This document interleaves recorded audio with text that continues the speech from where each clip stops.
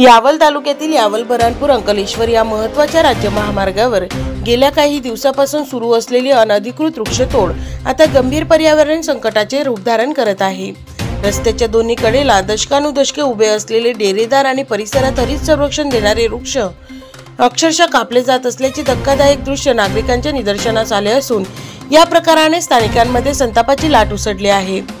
सरकारी परवानगीशिवाय कोणत्याही सक्षम प्राधिकरणाच्या आदेशाशिवाय आणि पर्यावरण कायद्याच्या सरळ भंग होत असलेली ही तोड केवळ बेकायदेशीर नाही तर पर्यावरण हानीचे एक उघड आमंत्रण देणारा गुन्हाच आहे।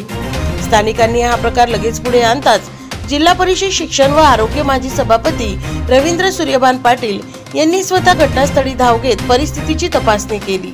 या तपासणी करताना रस्त्याच्या कडेला पडून राहिलेली झाडांची ठिकठिकाणी दिसणारी तोड, ताज्या कुंटांचे चिन्ह तसेच यंत्रसामग्रीने तोडल्याचे स्पष्ट पुरावे पाहून माजी सभापती पाटील संतापून गेले। अधिकाऱ्यांना त्यांनी थेट प्रश्न विचारत जोरदार फटकारले। कोणाच्या आदेशाने ही तोड होत आहे? कोणाला झाडे कापण्याचा अधिकार दिला? विकासाच्या नावाखाली पर्यावरणाचा गडा घोटण्याचा परवाना कोणाकडे आहे? अशी थेट शब्दात त्यांनी अधिकाऱ्यांची कानउघडणी केली। माजी सभापती पाटील यांनी संबंधित विभागाला या कृत्यामागील जबाबदार घटकांची तातडीने चौकशी करण्याचे आदेश दिले आहेत। दोषींवर कठोर गुन्हे दाखल करावेत, तोड थांबवण्यासाठी तात्काळ पथक तैनात करावे, तसेच भविष्यात असे प्रकार होऊ नयेत यासाठी कायमस्वरूपी देखरेख यंत्रणा उभारावी अशा स्पष्ट सूचना त्यांनी दिल्या आहेत। या वृक्षतोडीमुळे पर्यावरणातील असंतुलन निर्माण होण्याची भीती तज्ज्ञांनी व्यक्त केली आहे।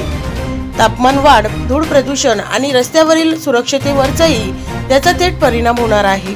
नागरिकांनी पर्यावरणाचे संरक्षण करण्यासाठी प्रशासनाने कठोर भूमिका घ्यावी असा मागणीचा सूर अधिक तीव्र होत आहे। यावल बऱ्हाणपूर अंकलेश्वर महामार्गावर होत असलेली ही धाडसी आणि बेकायदेशीर वृक्षतोड थांबवून दोषींवर कार्यवाही होणार का, हे आगामी काही दिवसात स्पष्ट होणार आहे। मात्र सभापती पाटील यांचा सजग हस्तक्षेपामुळे या प्रकरणातील निष्क्रियता मोडीत निघून प्रशासनाला उत्तरदायी बनवण्याचा मार्ग मोकळा झाला आहे, हे इतके मात्र निश्चित आहे। मिलिंद जंजाडे सोबत मी प्राजक्ता तायडे, दैनिक हॅलो बातमीदार, जळगाव।